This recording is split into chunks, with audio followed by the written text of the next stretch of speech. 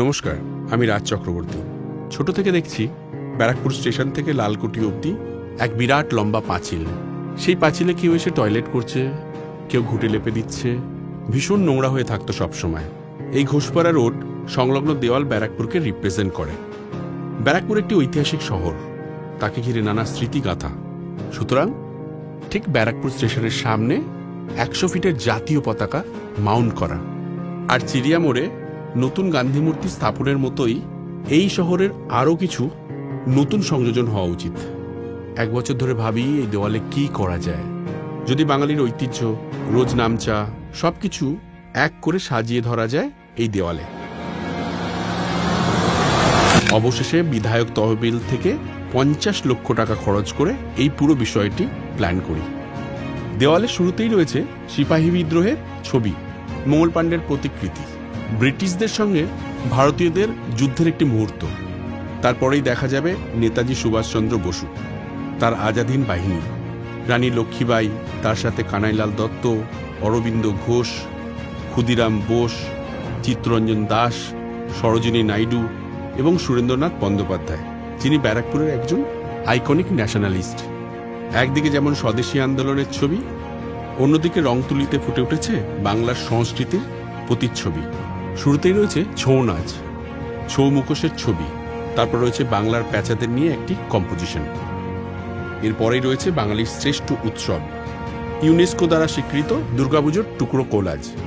সেখানে দেবীর কাঠামো পুজো থেকে মাতৃমূর্তির আরাধনা, ধুনুচি নাচের মুহূর্ত ফুটে উঠেছে দেওয়ালে। এরপর রয়েছে বিশ্ববরেণ্য বাঙালি বিজ্ঞানীরা, প্রশান্তচন্দ্র মহলানবিশ, সত্যেন্দ্রনাথ বসু, মেঘনাথ সাহা, জগদীশচন্দ্র বসুর প্রতিকৃতিতে ভরে উঠেছে দেওয়াল। ব্যাকগ্রাউন্ডগুলো ওদের আবিষ্কারের ছবি দিয়ে সুসজ্জিত। তারপরেই রয়েছে কবিগুরু রবীন্দ্রনাথ ঠাকুর ও কবি নজরুল ইসলামের প্রতিকৃতি। এরপর রয়েছে বাংলার কচিকাঁচাদের নিয়ে একটা ছোট্ট বিভাগ। সেখানে দেখা যাবে বাংলার বাচ্চারা আগে বায়োস্কোপ দেখত, তার নিদর্শন, সঙ্গে তালপাতা সেপাইয়ের প্রতিকৃতি। দড়ি টানলে যে মুভমেন্টগুলো তালপাতা সেপাইরা করে, সেগুলো সুন্দর করে দেওয়ালে ফুটিয়ে তুলেছেন শিল্পীরা রং তুলির টানে। এর পরের ভাগে রয়েছে বাংলা সিনেমা। সেখানে প্রথমে রয়েছে সত্যজিৎ রায়, বিভূতিভূষণ বন্দ্যোপাধ্যায় ও পথের পাঁচালী নিয়ে একটি ছবি। সত্যজিৎ রায়ের সিনেমা, ওর হাতে তৈরি প্রচ্ছদ, ডিজাইন, ওর অস্কার জেতার মুহূর্ত, ওর জীবনের গোটা জার্নিটাকে টুকরো কোলাজে ফুটিয়ে তোলা হয়েছে। এরপরেই আসছে মৃণাল সেন। এখানে মৃণাল সেনের প্রতিকৃতি এবং ওর সিনেমার টাইপোগ্রাফি নিয়ে খুব সুন্দর করে একটা কাজ করা হয়েছে। এরপর বাংলা সিনেমার সাদা কালো এরা, সেখানে জায়গা পেয়েছে উত্তম সুচিত্রার কালজয়ী জুটি থেকে সেই সময়ের সাদা কালো সিনেমা। পাশাপাশি হিন্দি সিনেমার কিছু টাইমলেস মাইল ফলক দিয়ে সেজে উঠেছে দেওয়াল। সেখানে রয়েছে মাদার ইন্ডিয়া, দিওয়ার, শোলের একটা রেন্ডিশন। মিউজিকে রয়েছে পণ্ডিত রবিশঙ্কর, কিশোর কুমার, মান্না দে, লতা মঙ্গেশকর, মোহাম্মদ রফি। এরপর খেলার বিভাগ।